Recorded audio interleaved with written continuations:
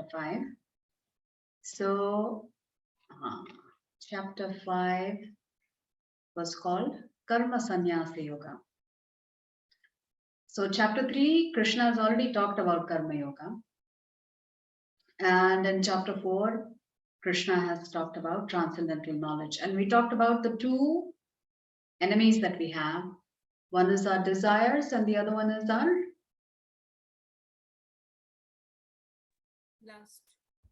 doubts. Doubts also. Yes.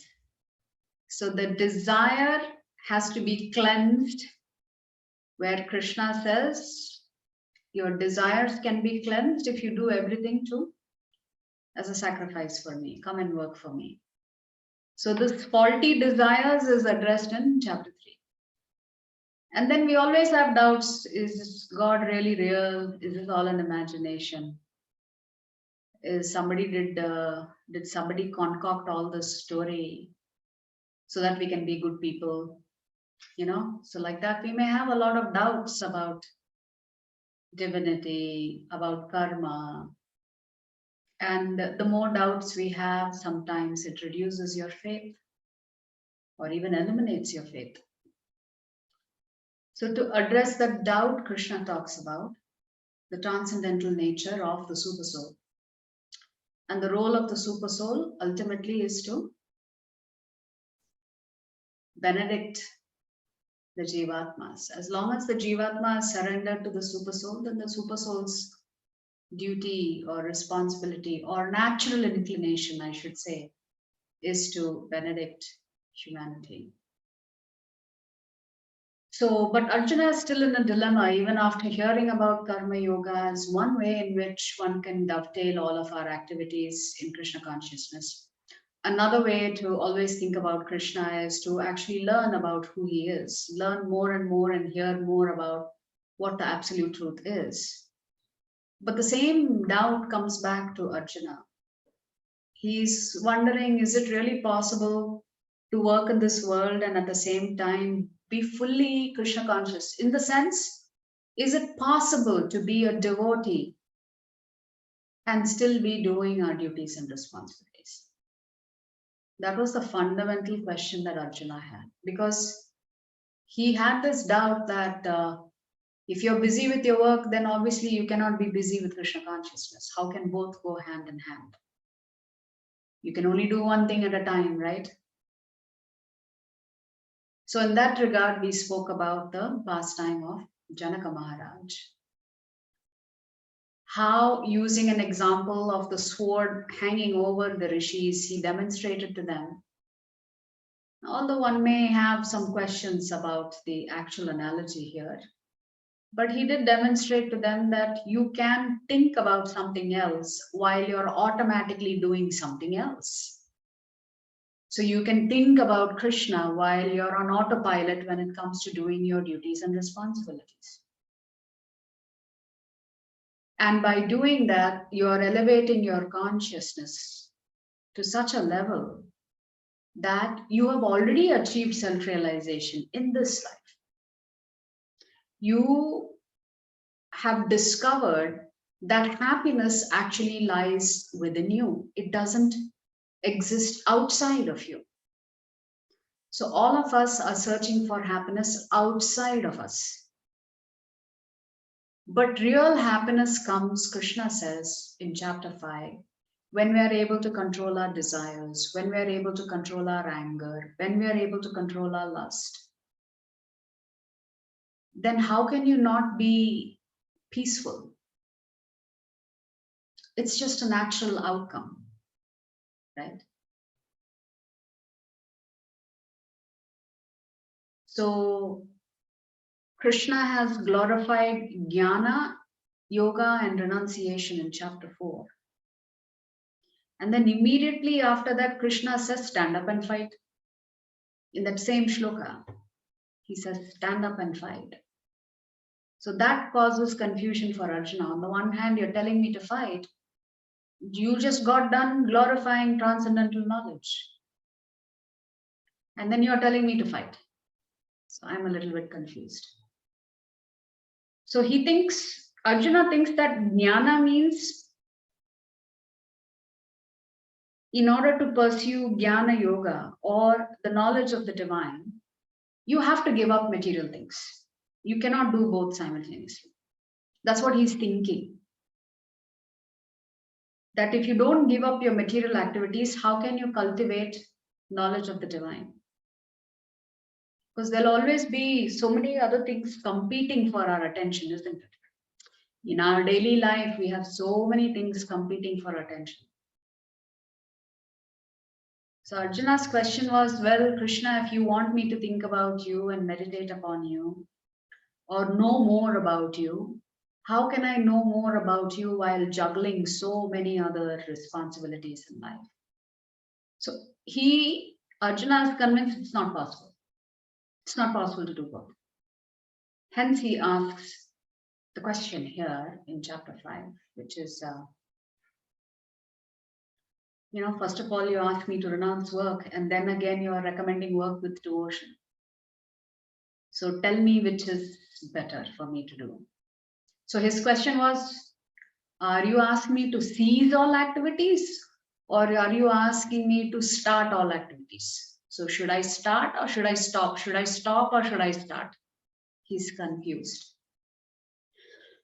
because he's misunderstood, thinking that transcendental knowledge means you can only acquire transcendental knowledge by giving up all things that are material, essentially giving up material activities. So why is Krishna asking me to stop working and then simultaneously also saying get up and fight? That doesn't seem like a reasonable thing for Krishna to say. So to clarify that doubt, he asks this question in chapter 5. So Krishna says both of them are good. Why? Because both of them lead you to liberation. But then he says, of the two, working in devotion for me is better. Why? Because it's easier to get liberation by working for Krishna than for ceasing all activities. And then Arjuna understands here that, and what we discussed yesterday, Bhakti Yoga actually incorporates all the other lower yoga forms, whether it is Dhyana Yoga or Jnana Yoga or Nishkama Karma Yoga. Bhakti Yoga includes all of it. Therefore, it is considered the topmost yoga. And then Krishna talks about, let's see, the three doers, which is the soul, the super soul, and Prakriti. Now, this is a triangular relationship. Of these three, which one is faulty?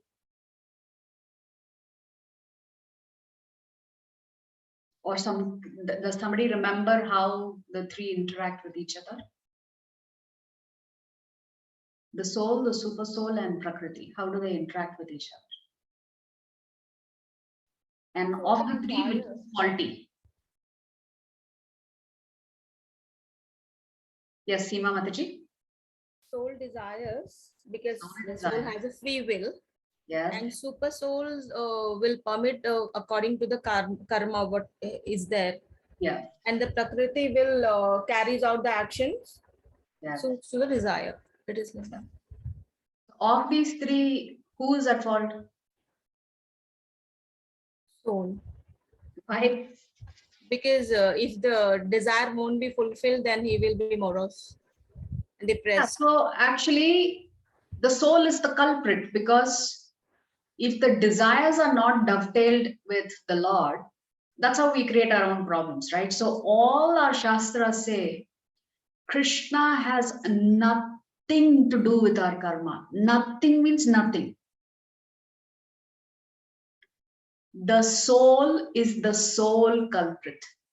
SOUL is the SOLE culprit when it comes to karma.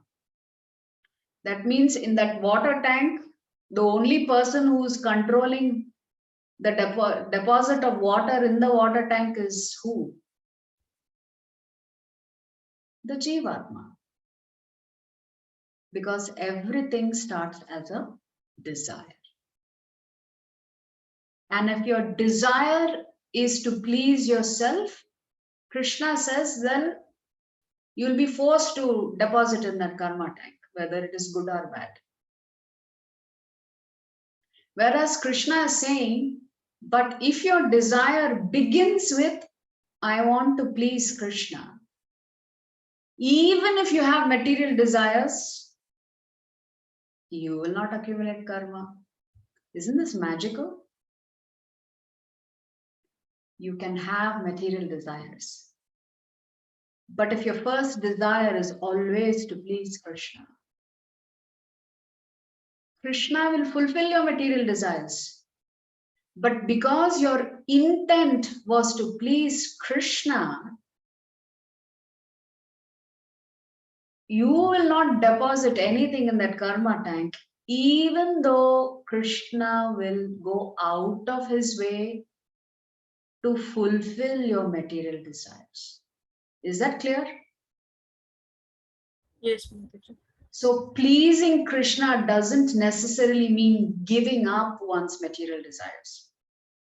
It is just that we have to deprioritize our material desires and prioritize Krishna. Prioritize satisfying Krishna. That's what we discussed, right? We talked about the two definitions of bhakti yesterday. At the end of the class, I think it was a little late. I was talking about the definitions of bhakti from Nectar of Devotion, where Srila Rupa Goswami cites also from the Narada Pancharatra. One definition is that we have to give up all material designations, and the only designation we should be attached to is that we are the servant of Krishna. And when we've come to this understanding that we are the servant of Krishna, then what do we have to do with our senses? We have to use all our senses to please the master of all senses. And that is why the master of all senses is called Hrishikesha. So we have to use our senses to please Krishna's senses. And we can only do that, and if we can only do that if we understand and recognize that we are servants of Krishna. So that was one definition of bhakti. The other definition of bhakti was that we should have no material desires.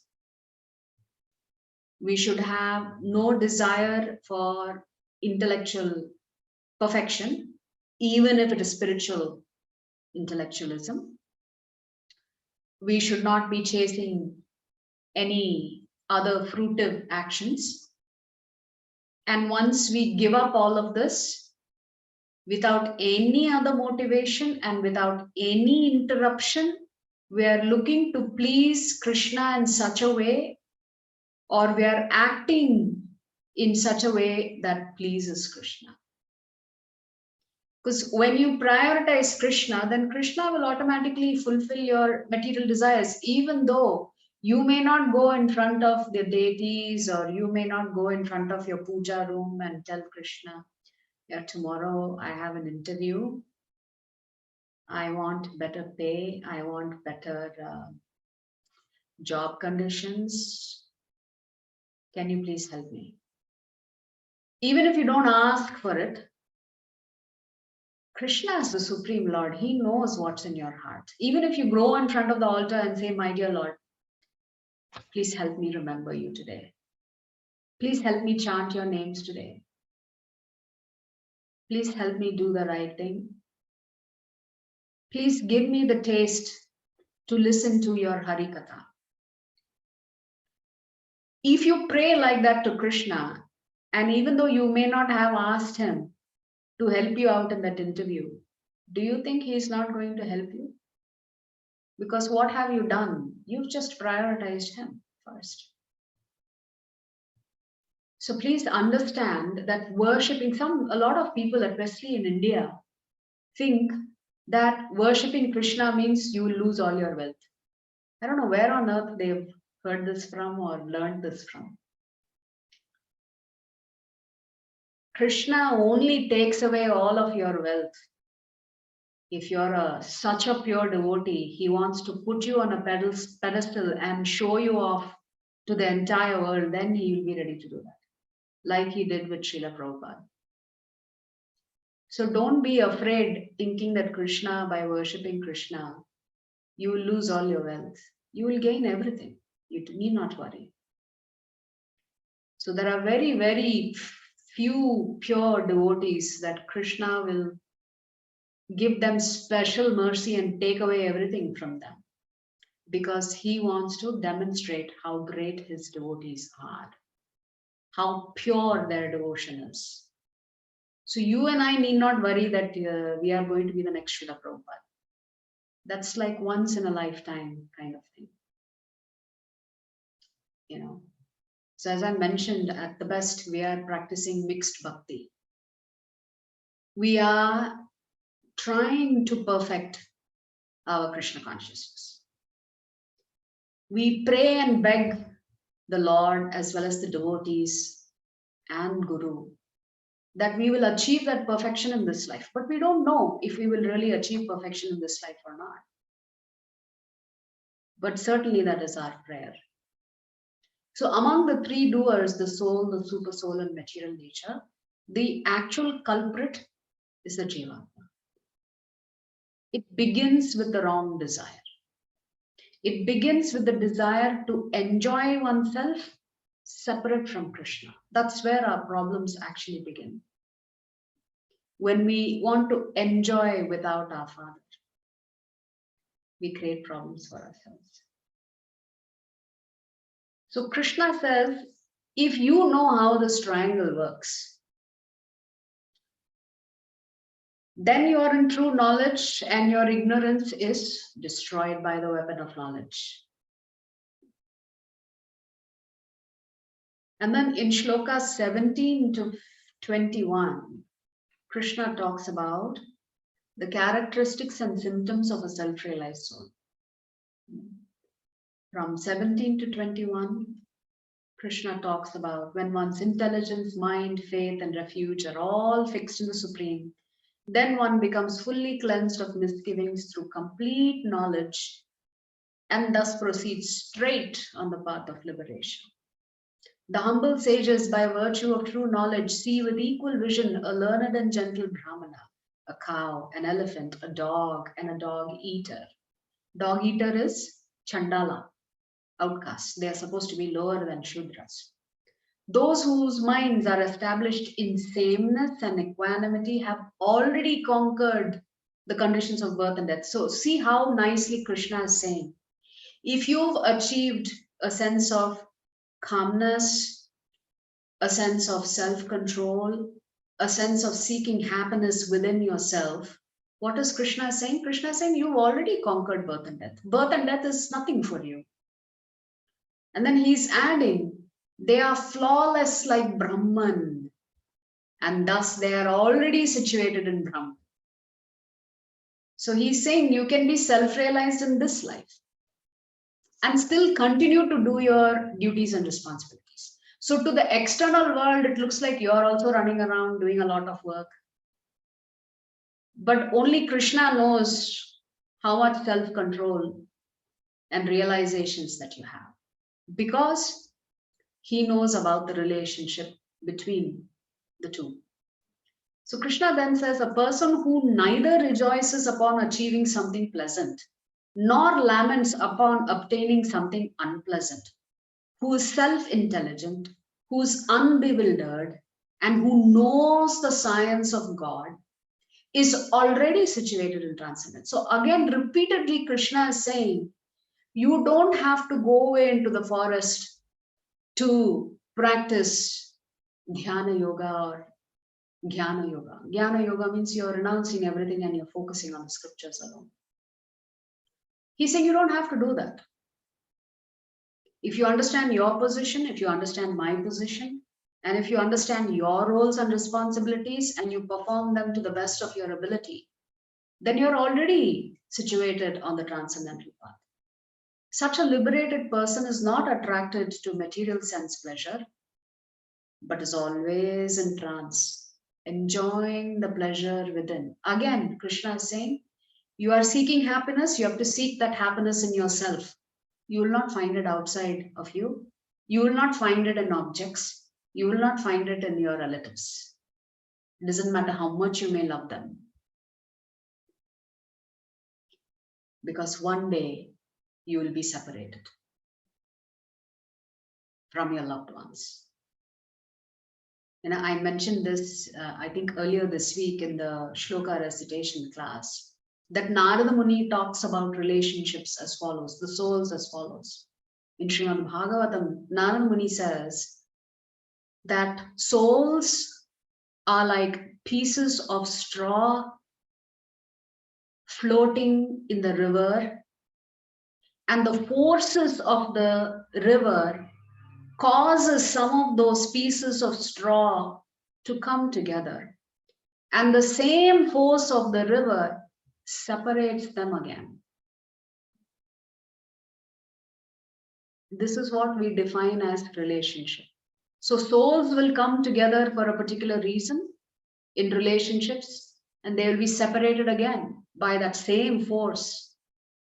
So Narada Muni is comparing how souls come together and get separated to just pieces of straw floating in the river. So one should not be too attached to anyone or anything. Affection should be there, but it should not border on obsessive attachment to the detriment of practicing Krishna consciousness. So, what is interesting is that frequently in these classes, I will always have one or two people who will message me saying, the family is not at all supportive of them practicing bhakti yoga or going to the temple or attending these classes because of fear.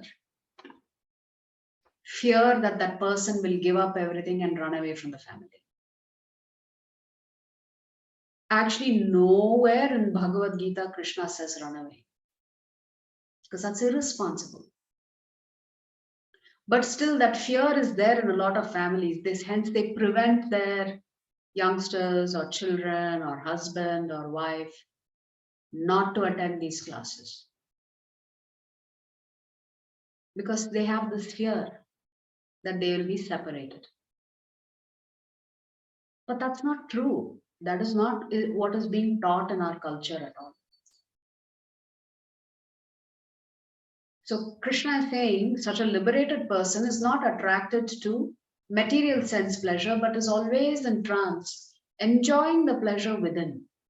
In this way, the self-realized person enjoys unlimited happiness, for he concentrates on the Supreme.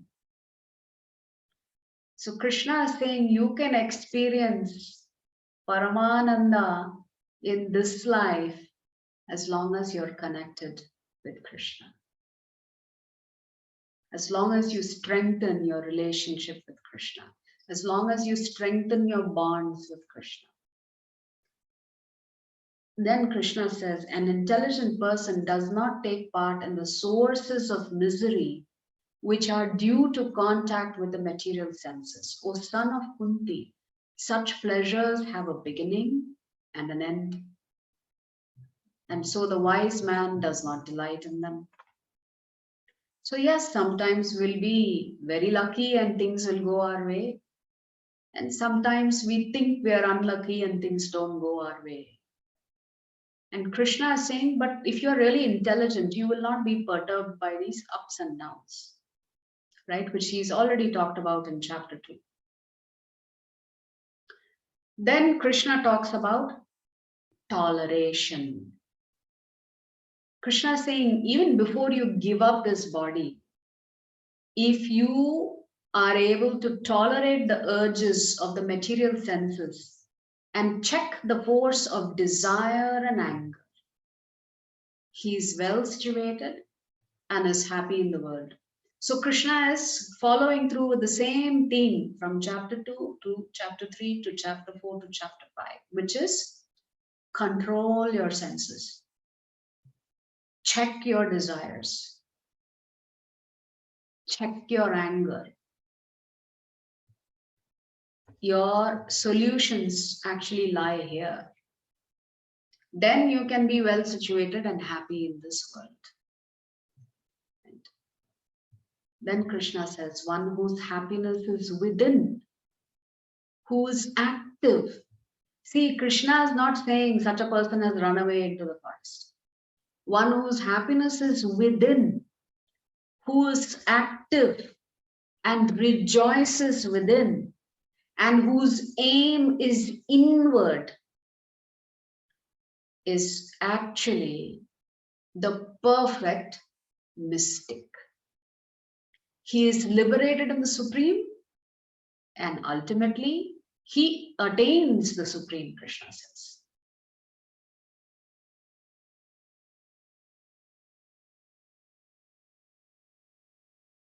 So Krishna is saying such a person goes beyond dualities. Yes, and they actually work for the welfare of others. So those who are free from anger and all material desires, who are self-realized, self-disciplined. Krishna says to begin on the journey of self-realization, it has to start with self-discipline. What is another term that we've been using instead of self-discipline all these days? We call it the ABCD formula. There's another word that we're using. Krishna is using the word self-disciplined here. But how do you begin to discipline yourself? By regulating your activities. Yes, we call it regulated activities. Regulating your senses, regulating what your mind, what you feed your mind and what you feed your intelligence and what you allow your senses to do. You have to regulate it. So Krishna is using the word self-discipline. And another thing Krishna is saying, a devotee of Krishna is always endeavoring for perfection, which means they are never satisfied with their sadhana. They are never satisfied with their quality of chanting. They are never satisfied with their learnings from these classes. So Krishna is identifying the qualities of devotees. One is good devotees, sincere devotees will practice self-discipline. And the important thing is they will always endeavor for perfection. If they've done something yesterday, they will try to do it better today. And tomorrow they'll try to do even better. But they are not on this journey of perfection to build their own egos. They are on this journey of perfection to satisfy and please Krishna.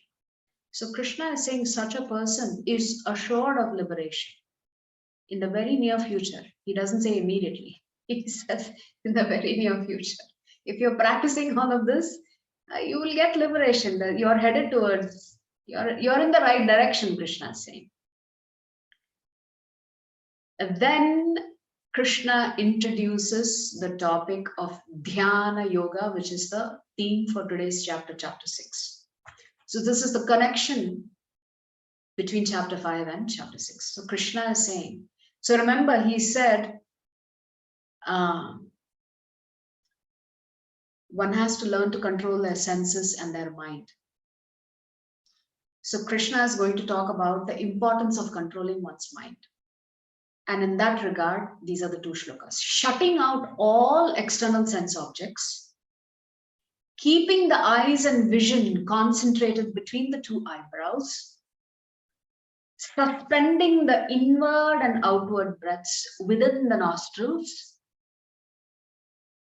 and thus controlling the mind, senses, and intelligence. So again, where is this enemy hiding?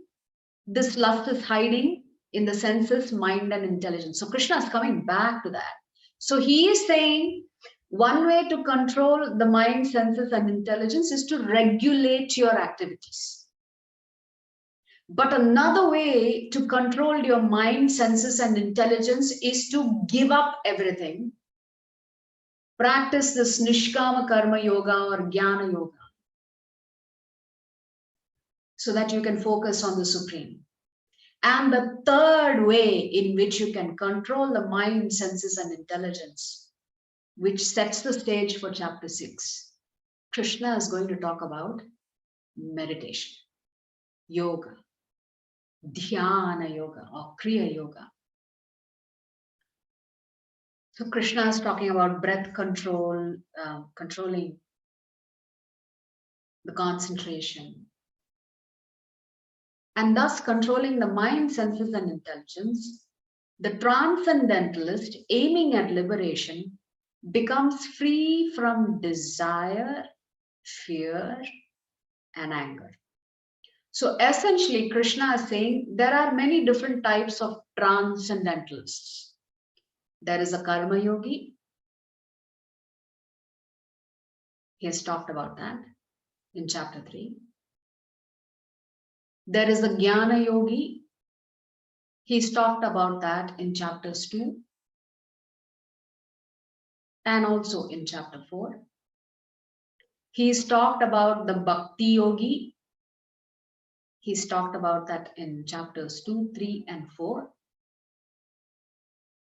Now he's getting ready to talk about the Dhyana yogi, the one right below the bhakti yogi on that ladder.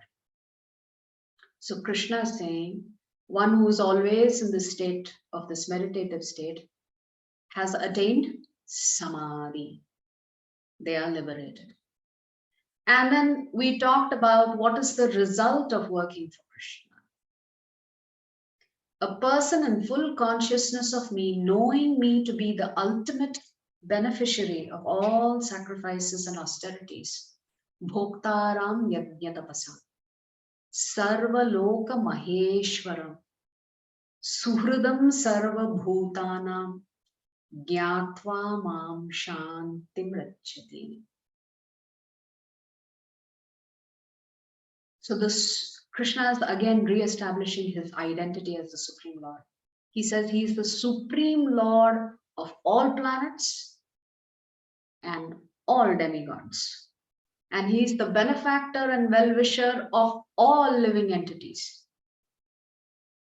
And when a Jivatma recognizes this, they attain peace from material miseries, which means you attain liberation, while still occupying this body. So with this, we are now going to come to chapter 6. So chapter 6 is called Dhyana Yoga. So Krishna has talked about the Karma Yogi, the Jnana Yogi, the Bhakti Yogi, and there is one more category that he has not mentioned.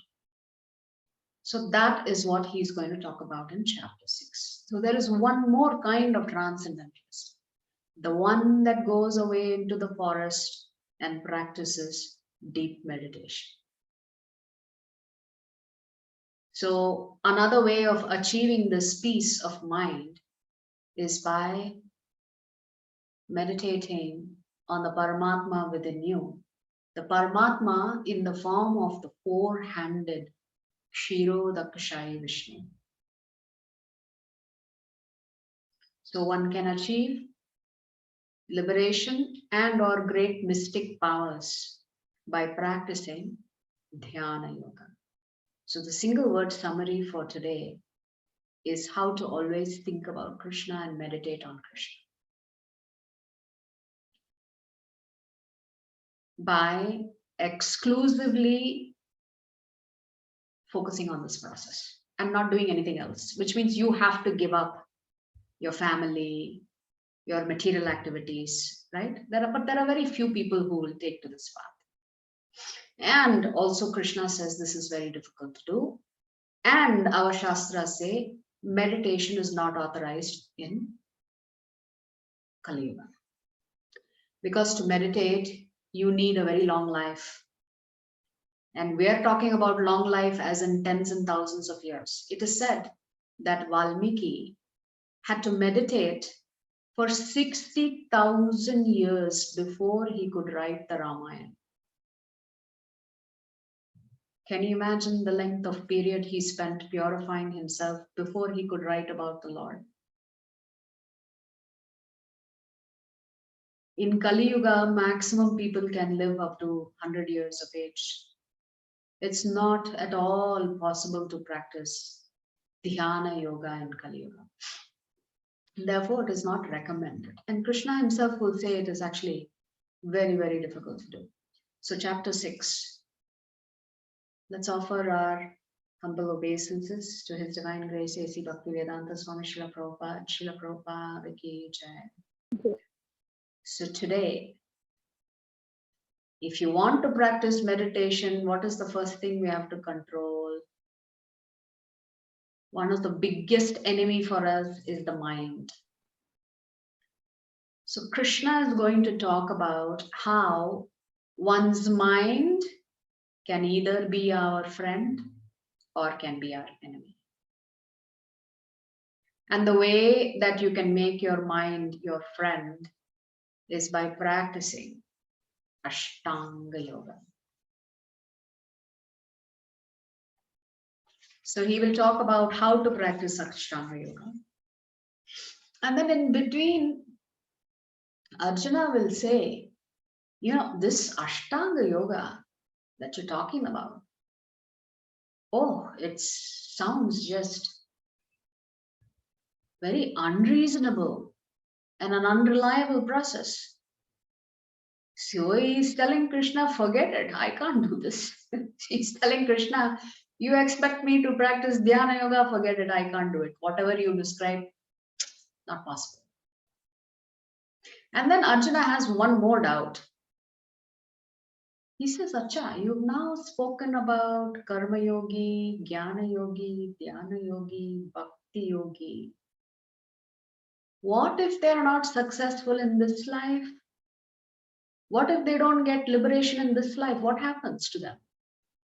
So he, out of curiosity, he asks, what if we don't succeed in one life, regardless of what path we choose? Whether we want to be a Nishkama Karma Yogi or a Jnana Yogi or a Dhyana Yogi, or we want to be Bhaktas of Krishna, Arjuna is saying, what happens if they are not able to achieve perfection in whatever they are practicing? Whichever path you have said in this yoga ladder, Krishna, if they don't achieve perfection, what will happen? Is it all waste of time? Is it a waste of energy? Is it a waste of effort? And he uses a beautiful analogy. Arjuna says, is it like a riven cloud? You know, cloud is here 1 minute, after a few minutes, you look at it, it is gone.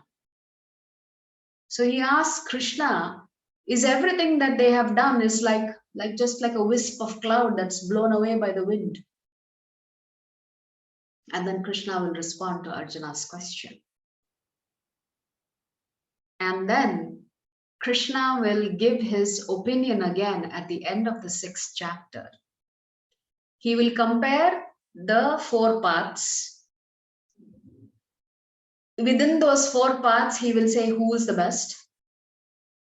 And within the 4 paths, Krishna will say which path is the most superior and which he likes most. Krishna will express his liking for one particular path. No guesses for which path that is. Of course, it is Bhakti Yoga. Krishna keeps coming back to Bhakti Yoga time and time again. So although this chapter is saying easy, definitely Dhyana Yoga is not easy. But anyway, this is the acronym for chapter 6. Enemy or friend, which is the mind. The process of practicing Ashtanga Yoga. So that is like, almost 26, 27 shlokas. Krishna talks about Ashtanga Yoga. Success and failure, which is between the 4 paths. If anybody is pursuing the path, but for whatever reason they give it up or they're not able to complete the process. what happens? Do they have to start all over again in the next life? And Krishna talks about his preference of the 4 paths and why he likes his devotees so much. So enemy or friend in the first 9 shlokas. So let's see how this chapter begins. So the Lord is speaking. He's already introduced Dhyana Yoga in the previous chapter, in the penultimate shloka. One who is unattached to the fruits of his work and who works as he is obligated is in the renounced order of life. And he is the true mystic, not he who lights no fire and performs no duty. And then Krishna says, what is called renunciation, you should know to be the same as yoga, or linking oneself with the Supreme. For one can never become a yogi unless he renounces the desire for sense gratification. So if you want to practice karma yoga, if you want to practice jnana yoga, if you want to practice dhyana yoga, if you want to practice bhakti yoga, Krishna says the word yoga itself means you have to give up your material desires.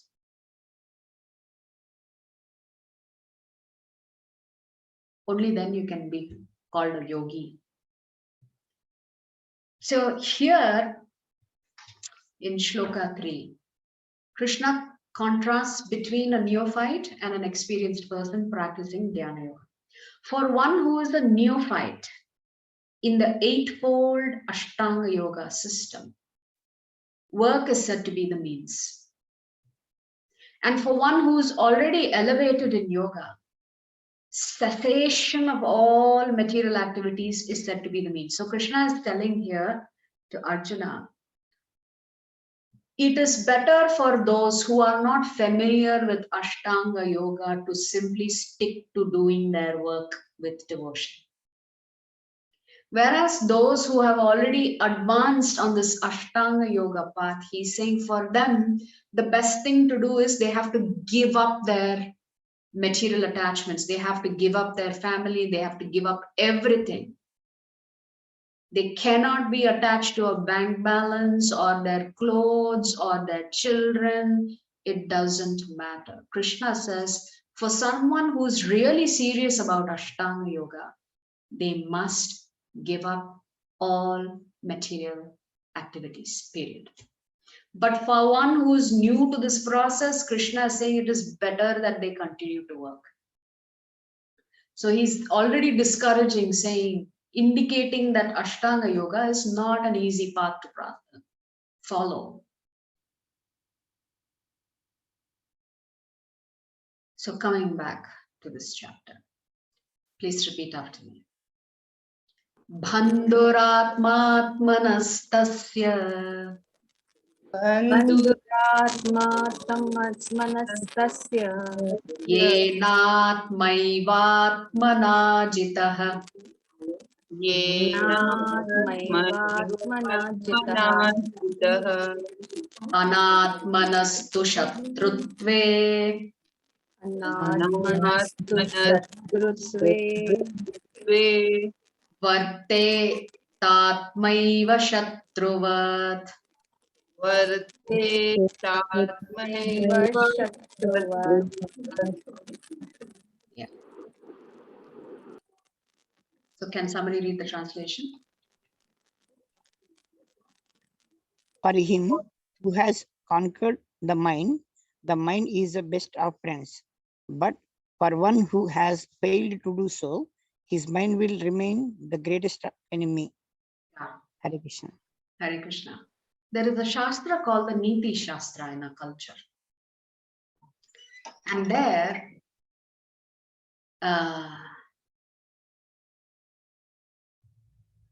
there is a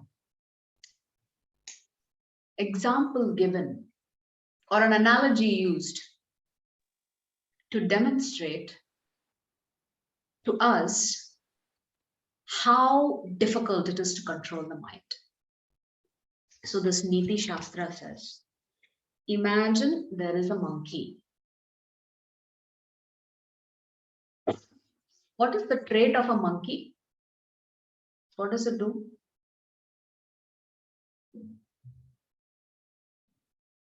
What is the most noticeable characteristic of a monkey?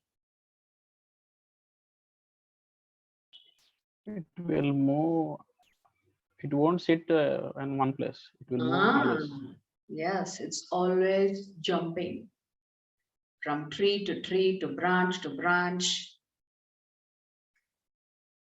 You don't see too many monkeys meditating. So the nature of the monkey is to be hyperactive. It tends to be hyperactive. So the Niti Shastra, this example is given. Imagine a monkey. So monkey we can imagine is jumping from branch to branch, not sitting still. So imagine this monkey is now drunk.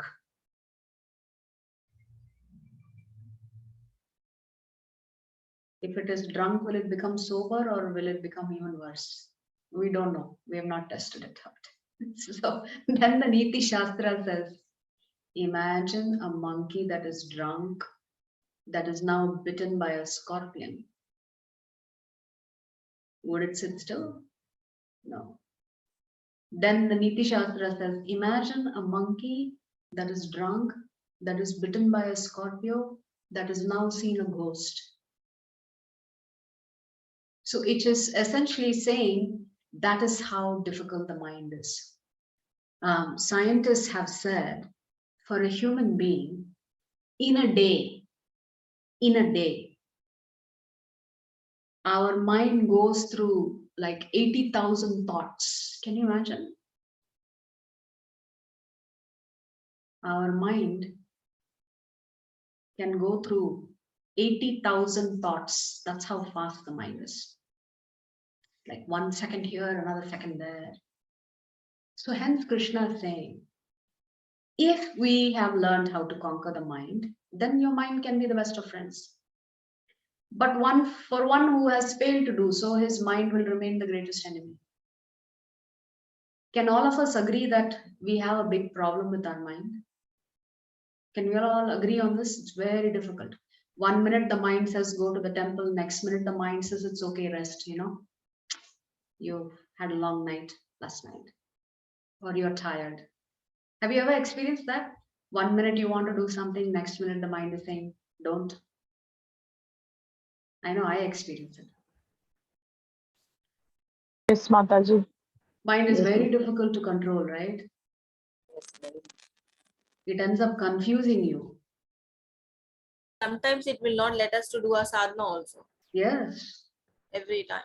Every now and about once we feel the sadhana is going in a good way, the next moment it shows. Yes. That is how difficult the mind is to control. So Krishna, huh? Actually, mind is helping.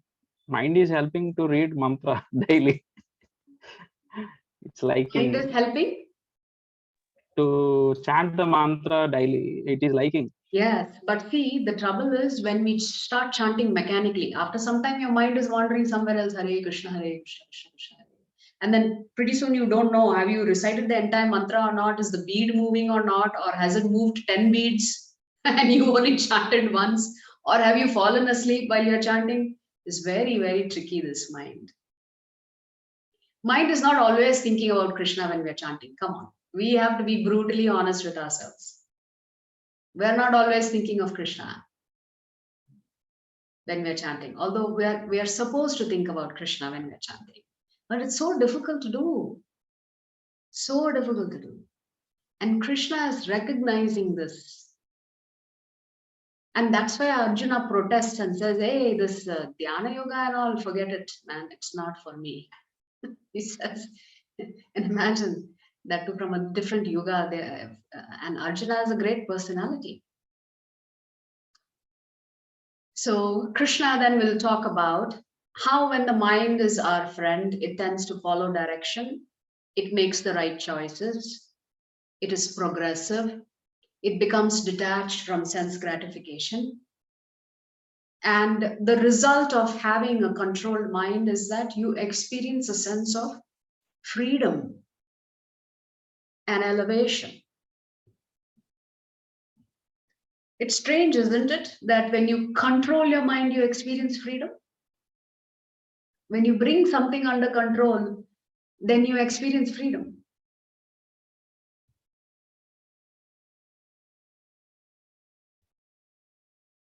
So that means freedom doesn't mean allowing your mind and your intelligence to do whatever it wants. So true freedom can be experienced when we exercise restraint, isn't it? It is not I can do whatever I want simply because I have free will. We will only get ourselves into trouble, isn't it? So that means true freedom actually resides in restraining our senses, mind, and intelligence, but not artificially. Artificial restraint, Krishna himself criticizes in the Bhagavad Gita, and he says, what will repression give you? Krishna uses the word repression in the Bhagavad Gita. He says, artificial repression will not help you. So which means you have to do something else, which is essentially what we learn through this Krishna conscious process is essentially what we are saying is change your diet. And now when I'm using the word diet, I'm only not talking about the ahara that we put into our body, the diet for the mind, the diet for the intelligence, the diet for the other senses.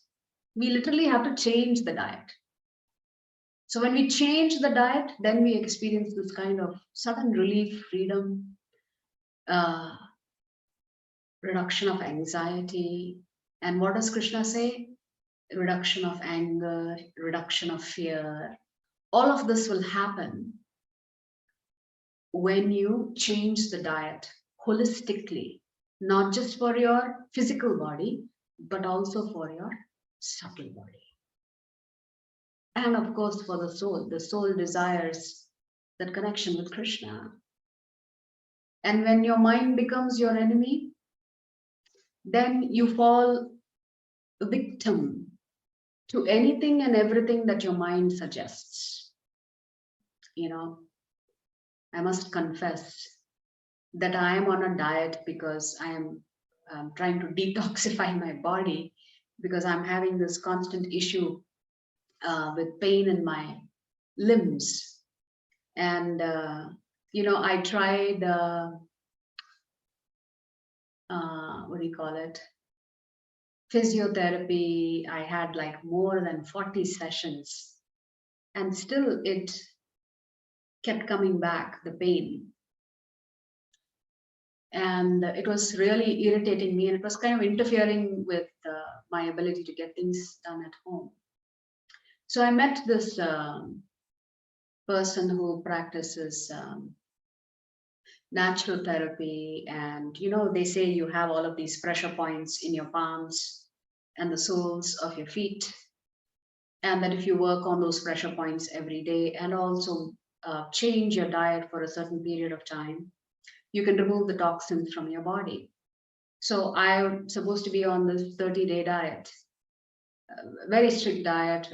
You cannot have preferably raw foods or salads. No oil, no spices, no rice, no wheat, nothing, no maida, nothing, nothing, nothing. Just fruits and vegetables. So can you imagine how tough it is to follow that diet with your mind attracting you to so many things? So, so today I had gone to the temple to meet Varakrishna Prabhu, and we had some meeting, and he said, "Can I buy you some pizza?" And here I'm thinking, I'm not supposed to have maida at all, forget cheese for 1 month. And I said, okay, I will have just a quarter of a slice, but I will not have the whole thing. So your mind always tricks you, and it says it's okay. You don't need to be so strict with yourself. So this is how you can go off the, best initiatives that you undertake, sometimes your mind just tempts you and says it's okay. And then you feel guilty, then you say, okay, do I need to start all over again? So this is the tricky part about the mind. And then what happens is when you're not able to control yourself, naturally it's going to irritate you, right? It's going to agitate you because you're disappointed with yourself. You're angry with yourself. You're thinking, how come I don't even have even that much self-control? And then you feel like giving up, right? Anybody else has been through this thought process? Or is it just me? Yes, ma'am. We are all. All of us go through this, right? Yes. We beat ourselves up saying, why did I do that? Why couldn't I control my anger? Why did I allow myself to say certain things? Even though I really had told myself I will not do it anymore.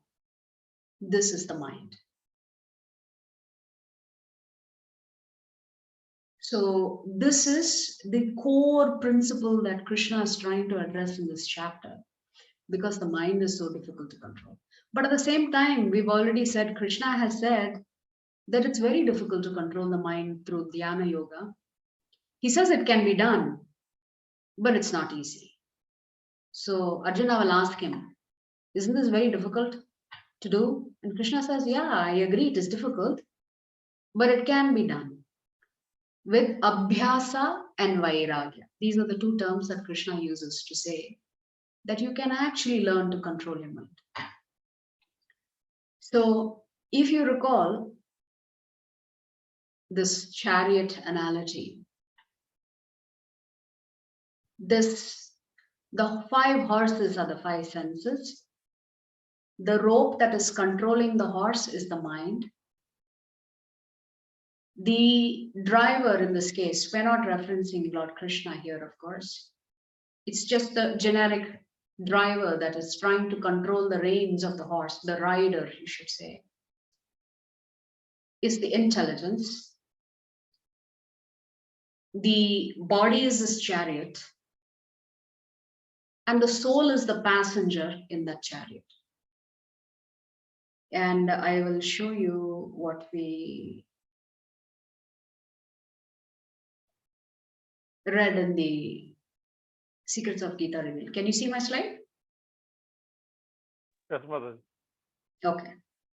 So we said this body is the whole chariot. The 5 horses are the 5 senses.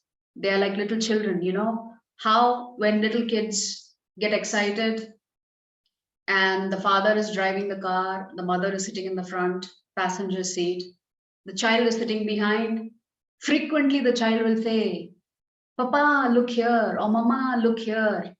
So the child is always distracting the father who's driving.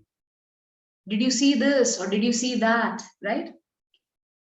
So these senses are like children that need to be controlled. The mind is like the wife.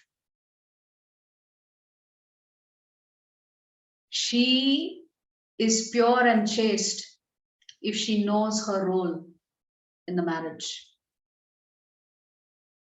She occupies a powerful position, but she needs to know that she is not independent.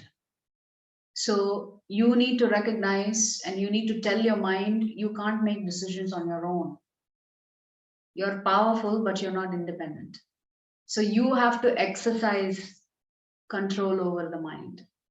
Intelligence is the driver. The driver is trying to control the horses through the mind, the senses through the mind. So this intelligence is like the husband, the head of the household, who's supposed to be enlightened and responsible for his family's liberation. Right? Our Shastras say that a man should not get married unless he's willing to guide his family to moksha.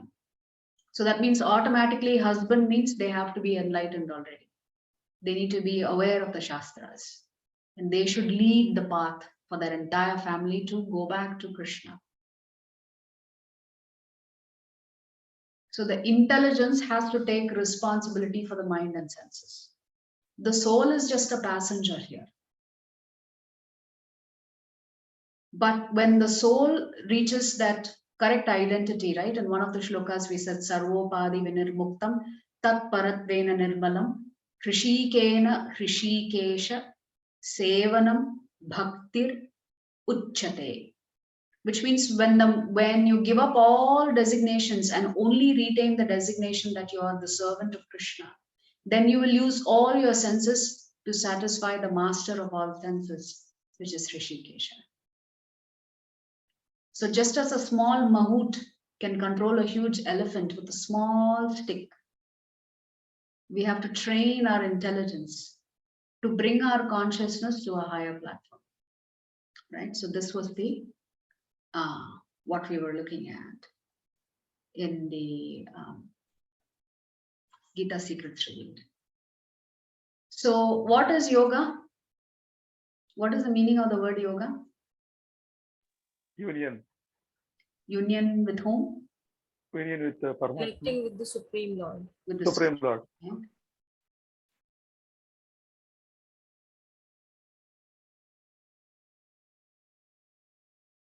But then what do we understand as yoga today in our culture?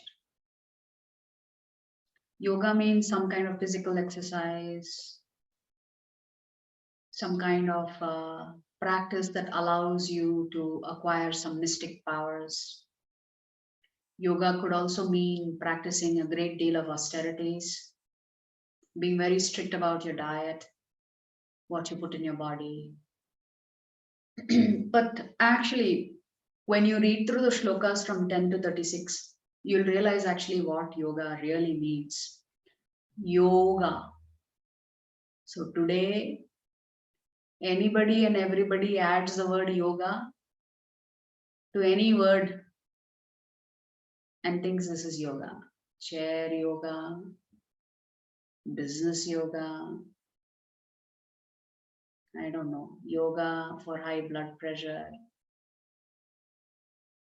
aerial yoga, teen aerial yoga.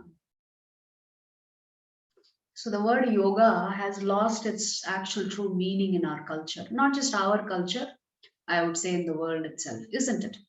When you say World Yoga Day, what they actually mean is asanas, correct? But the word yoga, Beauty conscious. the word yoga, Beauty consciousness is the your beauty consciousness is there, health consciousness is there. But actual yoga includes these 8. And the 8 begins with yam and niyam, do's and don'ts, which means to practice yoga, even to practice the asanas, you first have to practice other things. What do you think those things are? We have a yoga teacher here. Mataji, do you know what are the yam and niyam? Is Swati here? Yes, Mataji. Tell us what is yam and niyam. I don't know. I only read, but I don't know. I'm not an expert in this. Just a moment. So what kind of disciplines are we talking about? Which means even before you start practicing an asana, you have to do other things. What are those other things? So yama, niyama, Ahimsa. asana, pranayama, pratyahara, all those are the Ashtanga yogas. So Yama. ahimsa, satya. What is that? And then, so what are the do's, or sorry, what are the don'ts? Right. You're starting with the don'ts. Ahimsa, ahimsa and sorry, non-lying. not Satya, lying. Yeah. asteya, no stealing. No stealing. Brahmacharya. Brahmacharya, which means celibacy. Right. Correct? Correct, Mataji. Then And aparigraha, non-possessiveness. non-possessive, which means you shouldn't say this is mine, that is mine. So these things you have to do even before you can start practicing asana, is it? Yes, yes, Mataji. So you see how difficult it is to practice Dhyana Yoga. Yes. Yes, one can practice asanas for good health and all of that. There's nothing wrong with that. But the real meaning of yoga is these 8 processes have to be followed, which includes how much you sleep, how much you eat, what kind of work you do, what kind of recreation activities you participate in. Krishna will talk about these 4 things in this chapter. So yes, then you practice your asanas, then you practice your breathing. Then of course, withdrawing your senses. Why do you have to withdraw your senses? Because you are now closed your eyes, which means if you hear a noise, you shouldn't open your eyes and get distracted. If you feel too much heat, you shouldn't open your eyes and say, oh, this is uncomfortable for me. Finished. If you feel extreme cold, finished. You're done. So you have to get to such a state that nothing external, no changes on the outside will disturb you on the inside. Because you're fully focused on yourself and you begin the journey of dharana, concentration. And then you're absorbed in self and super self. And when you realize that qualitatively there is no difference between you and the Lord, you achieve what is called Samadhi. What is that again? Can somebody repeat what I just said? When do you achieve Samadhi? Through fully focused, we will get dharana. Then by being in that fully focused state, we will enter to Samadhi. But what is Samadhi?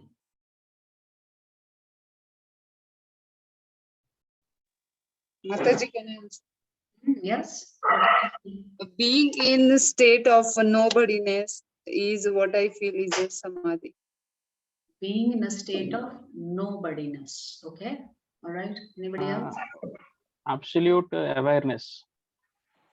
Absolute awareness. Okay. Being one with the Um, Lord. It's Being a higher one with state the of The Lord. consciousness where the mind, body, and the consciousness merge, and that is Yes. That's why we call it yoga, right? Union. samadhi.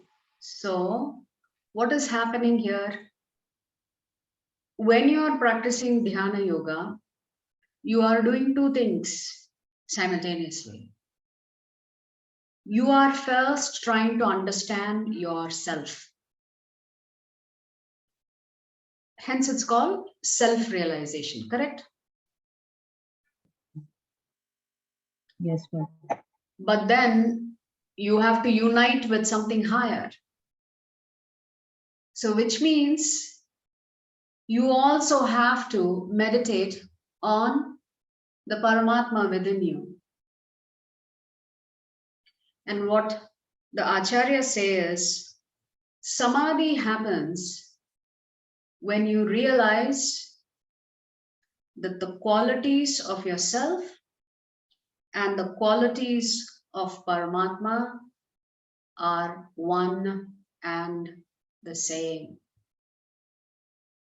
Whatever qualities the Lord has in him, you see those qualities in you. That is where the union and integration actually happens.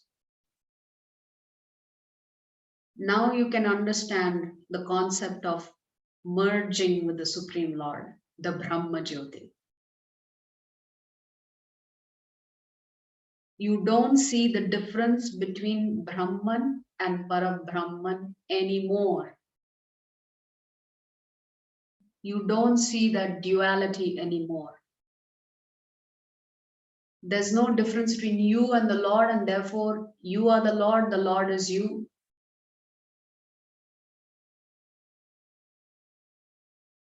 This is actually Samadhi,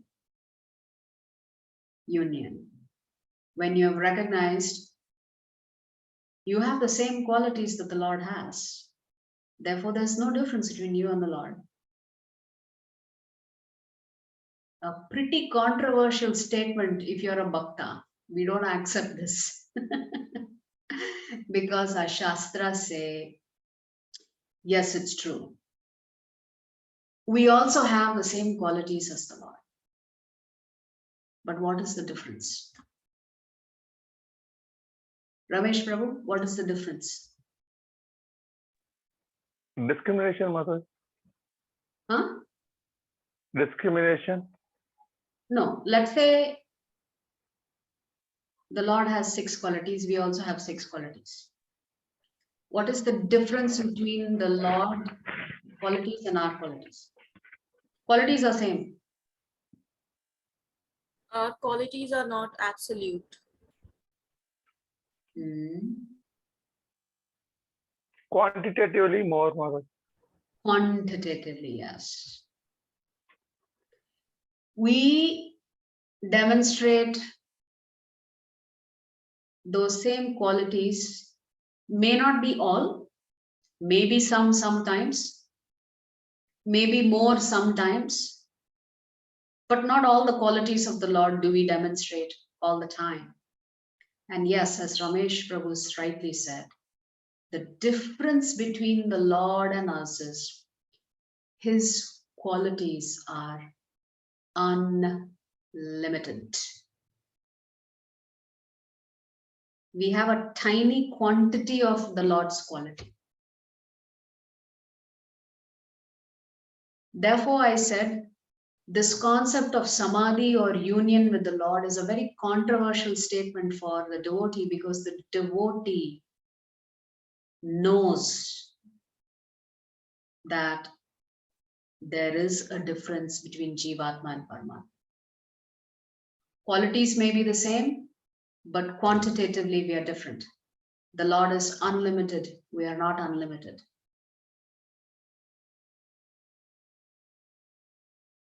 So that's the philosophical difference between Adi Shankaracharya's school of thought and the 4 Vaishnava Parampara school of thought, which is the Brahma Sampradaya, the Shri Sampradaya, the Rudra Sampradaya, and the Sanat Kumara Sampradaya.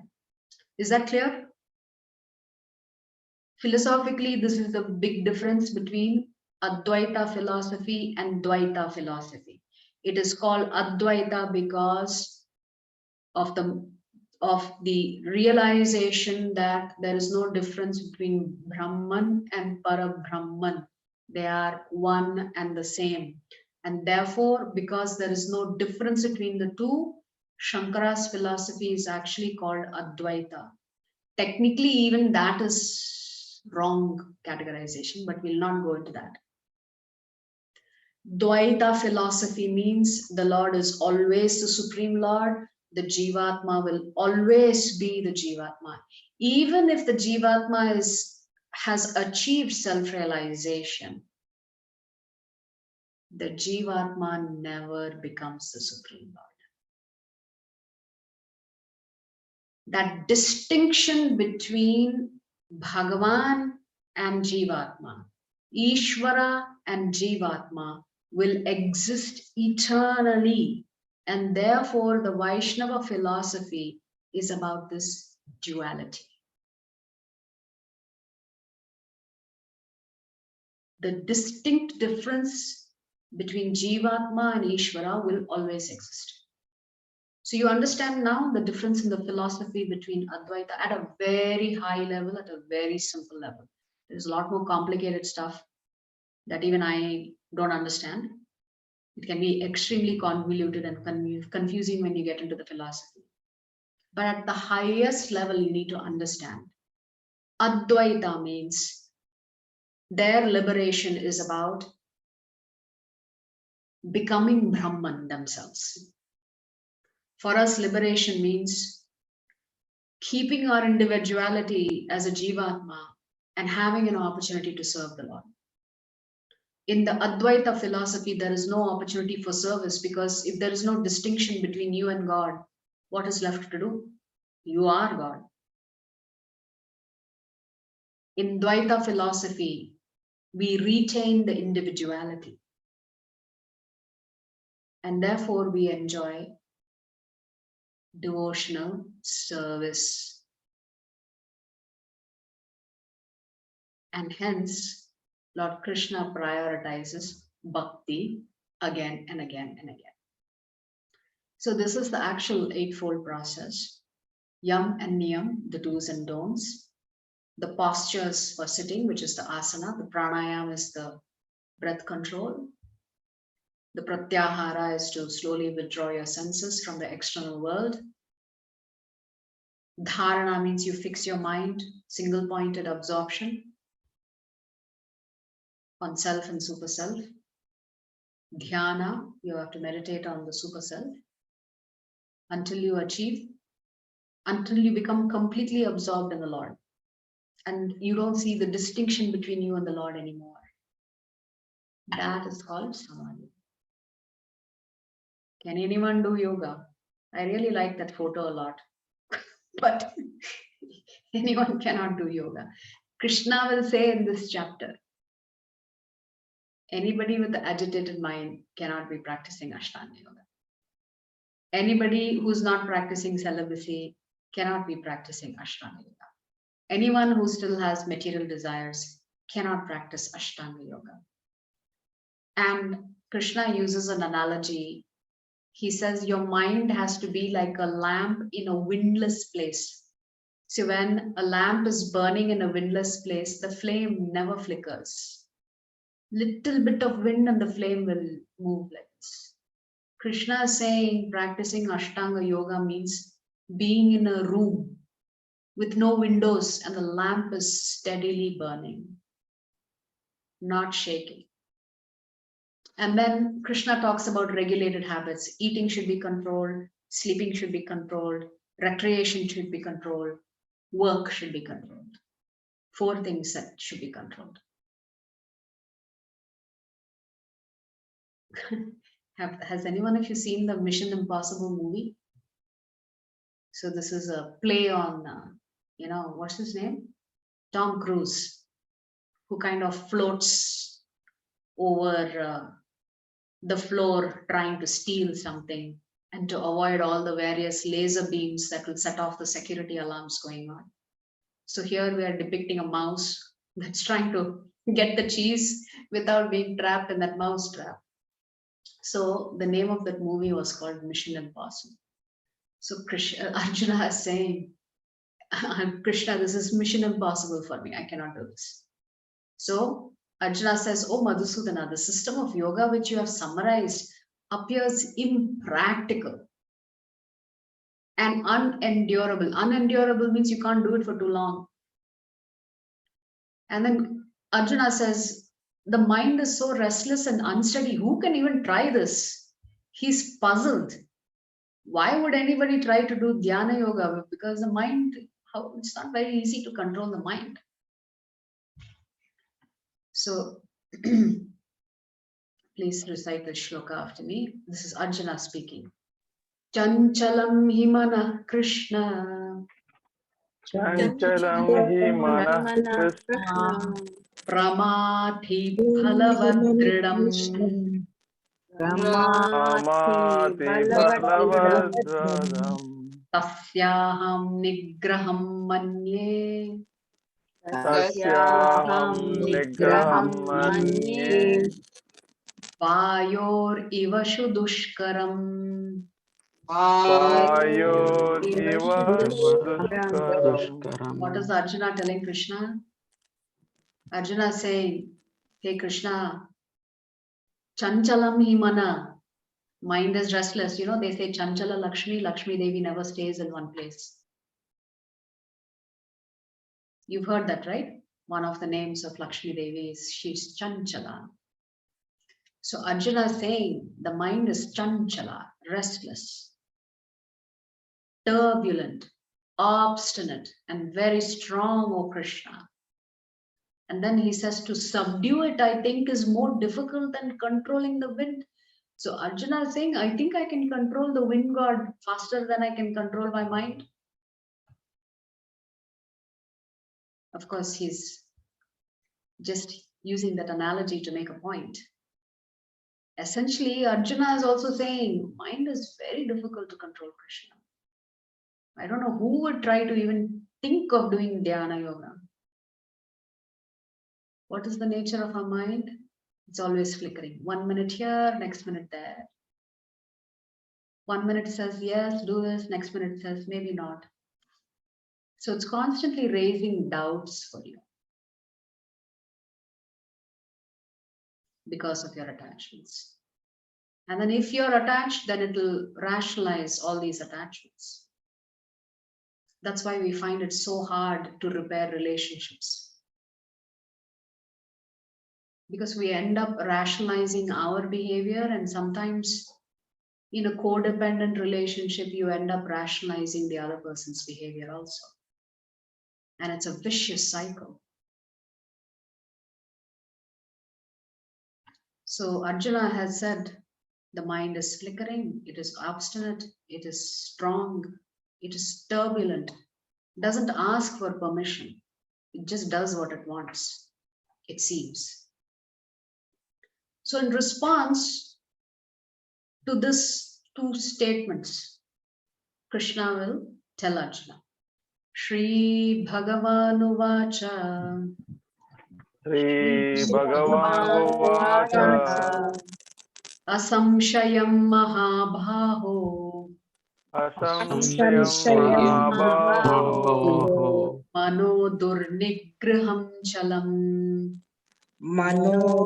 Durnigraham Durnigraham Abhyasena tu Kaunteya, Abhyasena Kaunteya Vairagyena cha Grhyate. Vairagyena cha Grhyate. Grhyate. Lord Krishna said, O mighty armed son of Kunti, it is undoubtedly very difficult to curb the restless mind, but it is possible by suitable practice and by detachment. Practice means abhyasena. Detachment means vairagya. So Krishna is telling Arjuna, I agree with you, mind is very difficult to control, but that doesn't mean it can't be done. There are two things you need to focus on, Arjuna. One is you have to practice controlling the mind. Two is becoming detached. Becoming detached from what? Becoming detached from sense objects. So what is the two solution Krishna is giving? Practice and detachment. Abhyasena, vairagyena. With abhyasa and vairagya, your mind can come under control. So for us, although Krishna doesn't talk about it specifically in this chapter, because we are practicing Bhakti Yoga, it's important that we understand what is the process for us to control the mind. Arjuna has already said, forget it, Dhyana Yoga, not doing that at all. So then what is left for us to do? So we are going to go to the Srimad Bhagavatam, to the pastime of Lord Narasimhadev when he comes to kill Hiranyakashipu, the father of Prahlad, the young boy, young devotee. Prahlad, if any of you have seen the movie, I'm sure most of you have seen the various movies that come over the weekends. In that movie, which is of course based on Srimad Bhagavatam, Prahalad, because he has heard the Srimad Bhagavatam when he was in the womb of his mother Kayadu, when she was taking the protection of Indradev. What happened is Hiranyaksh and Hiranyakashipu were brothers. Hiranyaksh was killed by Lord Vishnu in a different avatar. That upset Hiranyakashipu so much, he decided, Vishnu, who is this Vishnu? I will replace him and displace Vishnu. And keeping that in mind, he performs great austerities to avenge the death of his brother.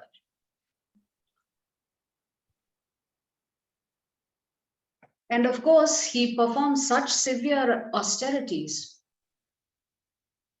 Lord Brahma comes. The Devatas are protesting. They're saying, oi, he's performing such great austerities. The earths are shaking from, the planetary systems are shaking and moving away from their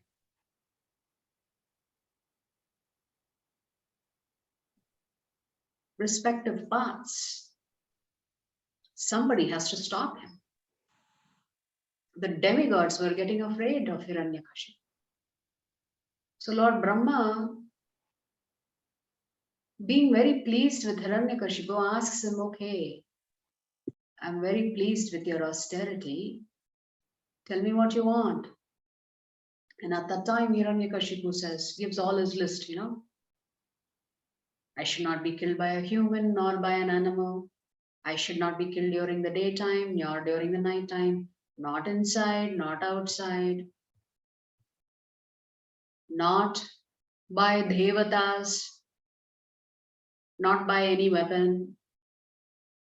Like this, he gives his laundry list of what I want.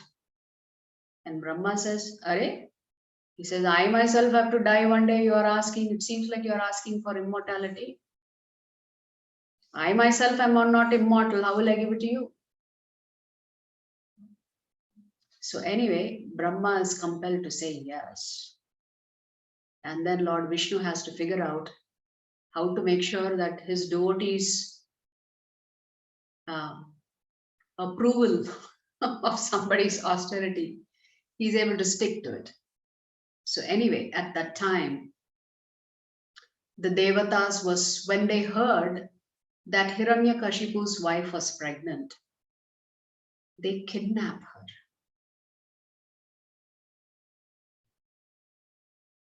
Kidnapping another man's wife is not authorized in our Shastras. So Indra, along with other Devatas, kidnap Kayadu, thinking that when the child is born, they will kill the child. Because they felt we already have one powerful demon. The child is definitely going to be another demon. We cannot afford to have two demons disturbing the entire material cosmos. So they kidnap Kayadu, who's pregnant. Narada Muni stops them. He says, you cannot do this. You cannot kidnap another man's wife. What you're doing is wrong. And when the Devatas explained to Narada Muni, but then we're doing this for the right reasons. So Narada Muni says, you need not worry. The child that is in Kayadu's womb is going to be a great devotee of Lord Vishnu. Let me take Kayadu to my ashram. Let her be under my shelter.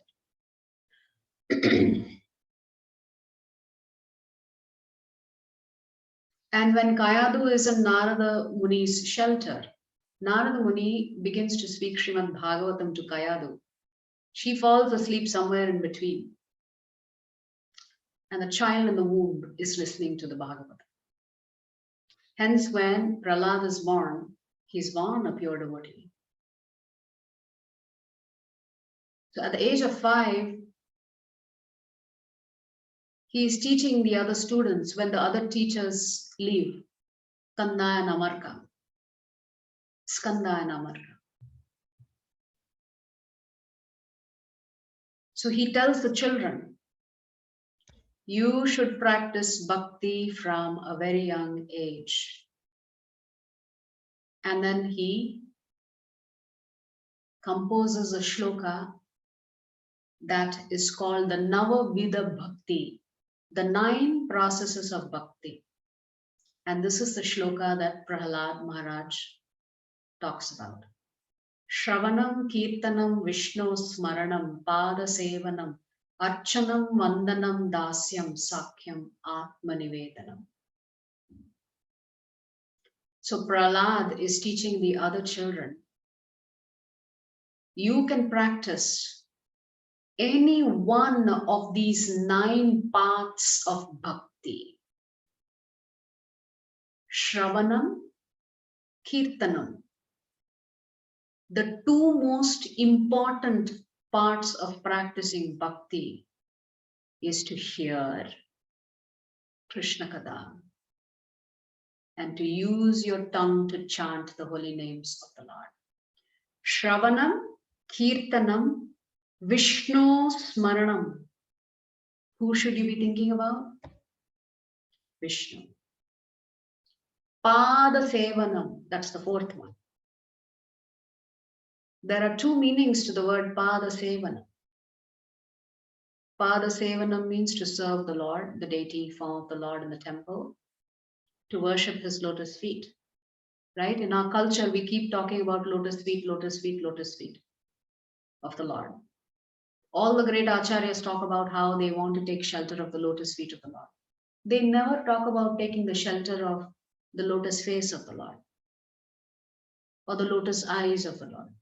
I want to take shelter of the lotus waist of the Lord or the lotus arms of the Lord. You'll never hear that from any of the acharyas. All the acharyas have said, we want to take the shelter of the lotus feet of Lord Krishna. So Pada Sevanam is worship of the lotus feet of the Lord.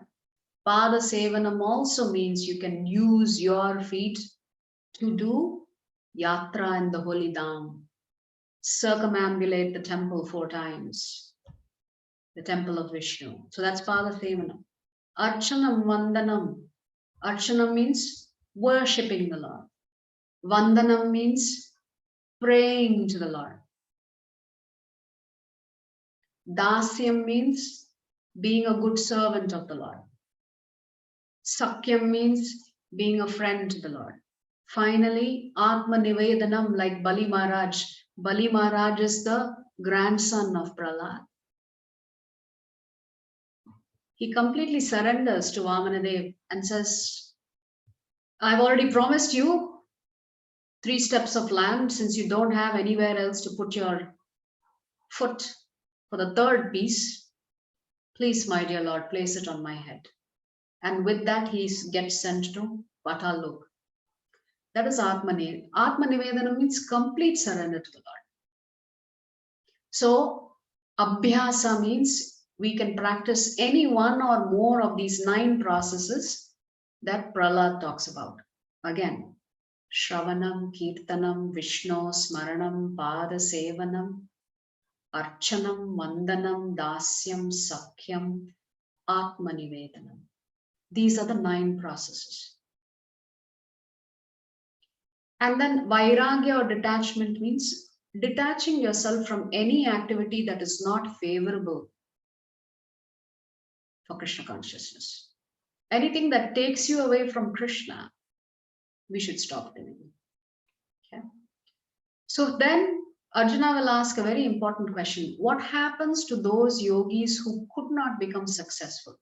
We talked about the 4 yogis, the 4 rungs of the ladder: Karma Yogi, Jnana Yogi, Dhyana Yogi, and the Bhakti Yogi. Prapya Punya Kritam Lokan. Prapya Prapya punya kirtan lokan. Uchitva Shashvati Samaha. Uchitva Suchinam Shrimatam Gehe. Suchinam Nivasamte Yogo Brashto Bijayate. Yoga Yogo Brashtobi Jayat. So Arjuna actually asks this question, what happens to those yogis who are not successful? And in response to that, this is the answer that Krishna gives. Krishna says the unsuccessful yogi, after many, many years of enjoyment on the planets of the pious living entities, is born into a family of righteous people or into a family of rich aristocracy, which means Krishna is revealing something very important here. So let's say you are a Jnana yogi, or let's say you are also even a Dhyana yogi, or let's say you've also been practicing bhakti. You are not successful. What will happen? You've deposited so much punya into your account. Krishna will reward you for that punya and send you to the Svarga Loka, the heavenly planets, where you live with all the other pious living entities. Krishna says. Many, many years of enjoyment you will have there. And what is Krishna saying that is so shocking? He's saying you will take birth again in the family of righteous people or into a family of rich aristocracy, and then you can continue your journey from there.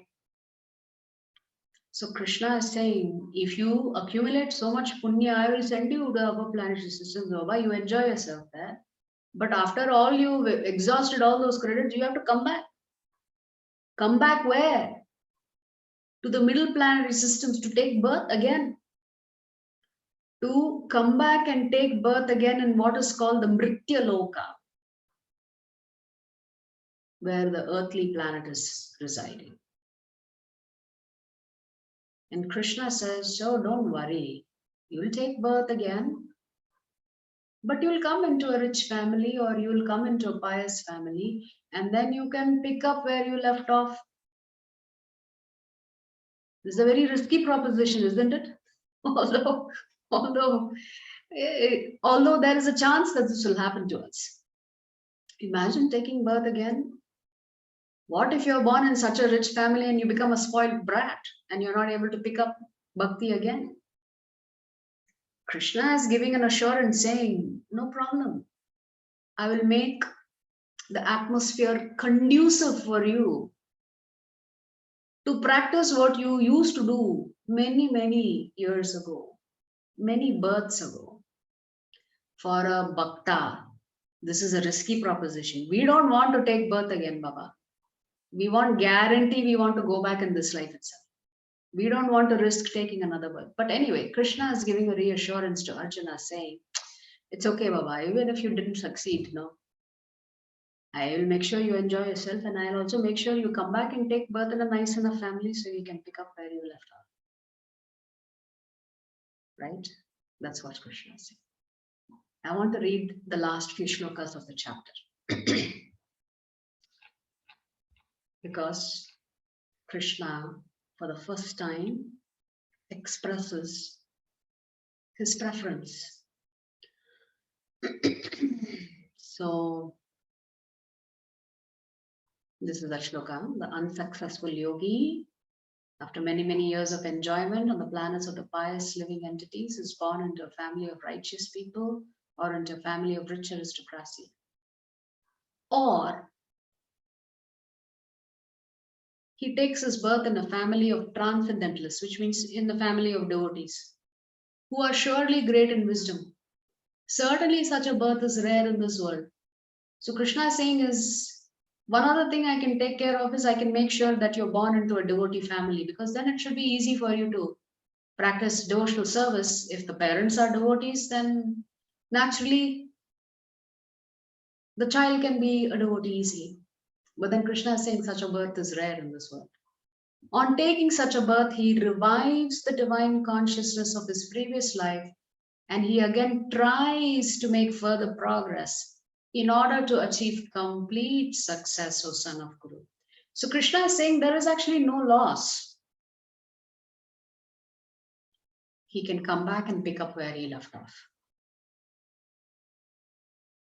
I will make sure that at least at a minimum, he doesn't have to worry about wealth. He doesn't have to worry about knowledge. He doesn't have to worry about the kind of parents, having parents who are not devotees. He says, I'll take care of those things. Then, by virtue of the divine consciousness of his previous life, he automatically becomes attracted to the yogic principles, even without seeking them.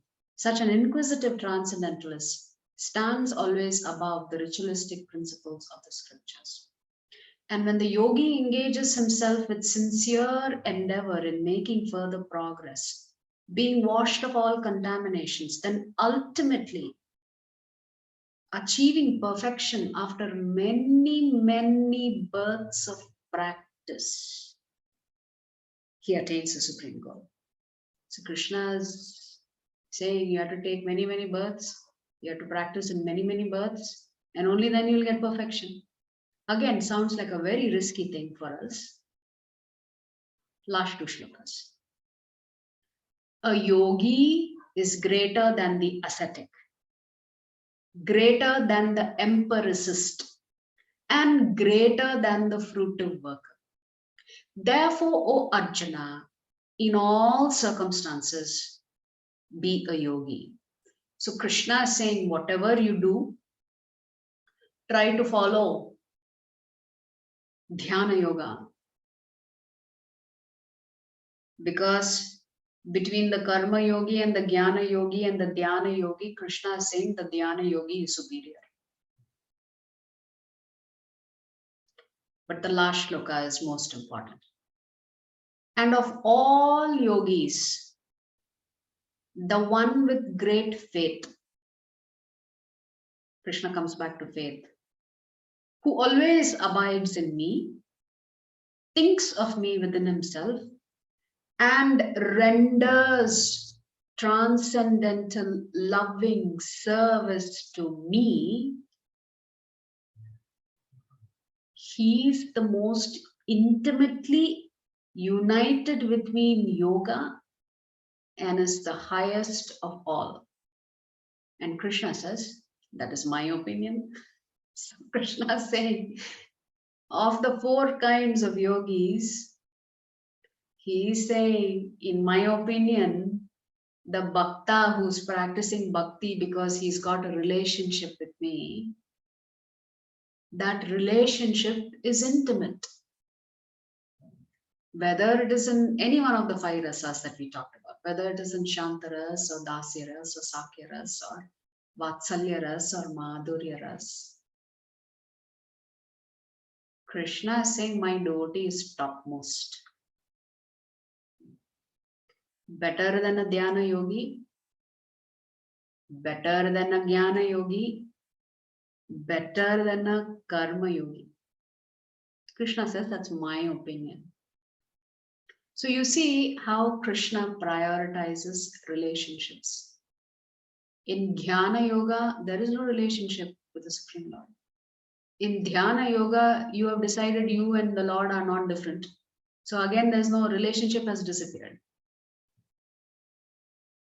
Krishna, for the first time, expresses his preference and also gives the reason why he thinks his devotees are the best. Why? Because they enjoy a two-way relationship with him.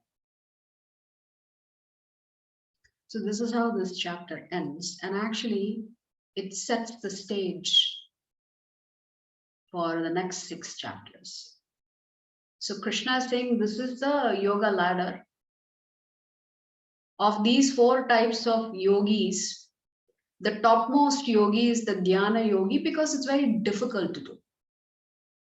And if you succeed, then obviously it is such a phenomenal achievement.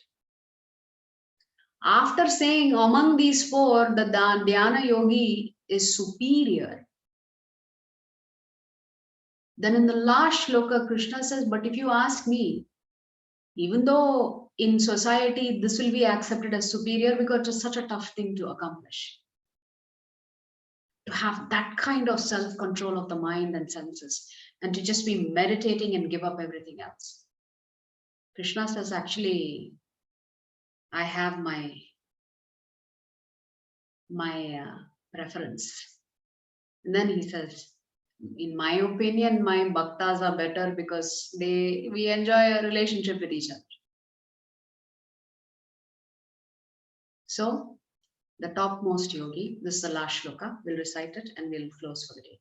Yoginam api sarvesham Yoginam api sarvesham madgatenantaratmana madgatena atmana Shraddhavan bhajate yo mam Shraddhavan bhajate yo mam tame yuktatamo matah.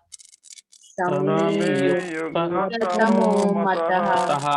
We've already read the translation where Krishna is clearly saying, my devotee is the best because we enjoy an intimate relationship.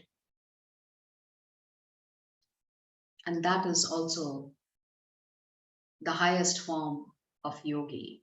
And then he says, that's my opinion. So this is how the chapter ends. Tomorrow we will pick up chapter 7, which actually begins the next section of the Bhagavad Gita. Actually, not tomorrow, we'll do it on Monday, okay?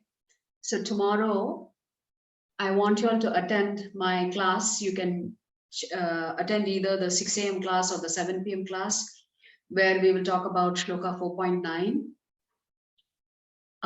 chapter 4, Shloka 9. We will do chapter 7 on Monday. I am traveling early Monday morning, and I'm hoping there will be no corporate dinner on any one of those days. But if there is any dinner meeting, then I may have to reschedule the class. But for right now, we will meet for chapter 7 to kick off the middle section of the Bhagavad Gita, which is all about Bhakti Yoga. So now the flavor of the Bhagavad Gita is going to completely change. The Lord is going to talk about himself, his opulence, his greatness. And yes, in the process, he will talk about his devotees also. So the Lord will talk about how phenomenal his devotees are. So this is a very, very interesting section of the Bhagavad Gita, which is chapters 7 to 12, where we will learn a little bit more about who the Supreme Lord is. And we will also learn a whole lot more about the position of the bhaktas, the pure devotees of the Lord. So it's a very fascinating section that we're going to enter. So you may have to set your logic aside because logic may not work in this middle section when we talk about bhakti. Bhakti is a matter of the heart. It is not a matter of the intellect. Yes. And as you can see in chapter 6, Krishna has talked about relationships, which is a matter of the heart. It is not a matter of the intellect. So Krishna is expressing he prefers to have a relationship with his devotees rather than Jivatma saying, I am God, or the Jivatma saying, I want mystic power so that I can be like God.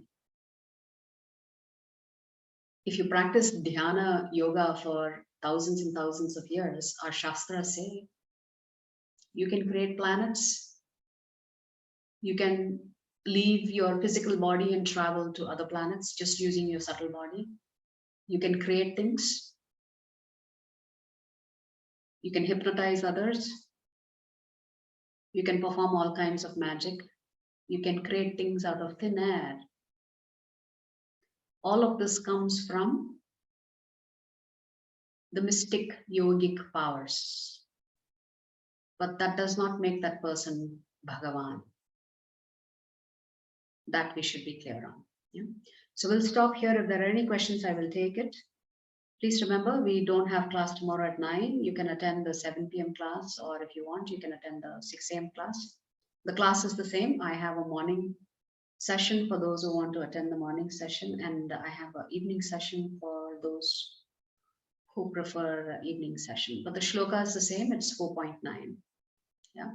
You will learn a lot if you attend the class, I promise you that. So we normally do kirtan and chanting. So I think Swati Mataji may be ready for kirtan tomorrow, I hope. Next week, Mataji. Next week, huh? You're postponing on me, huh? Okay. All right. Vancha kalpadarubhyascha